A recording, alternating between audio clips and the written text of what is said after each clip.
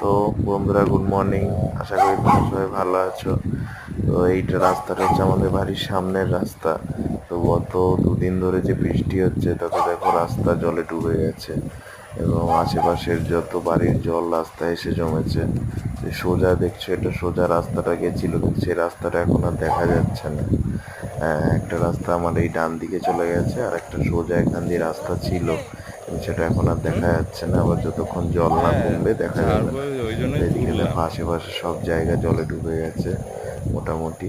যেগুলো নিচু এটা জায়গা এমন ছিল, নিচু হয়েছে ঘর, তাদের চারদিকে। ঘরে জল ঢুকে গেছে। এদিকে এটা বাগান, ওই বাড়ি ঘরগুলো দূরে দেখতে কি পাচ্ছি, জানি। এখানে সব জল ঢুকে গেছে।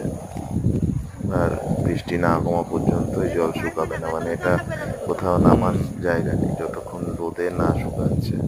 তো এইদিকে দেখো গোয়াল ঘরে এক গোয়ালা সে দুধ দোয়াতে ব্যস্ত, তার কাজে ব্যস্ত।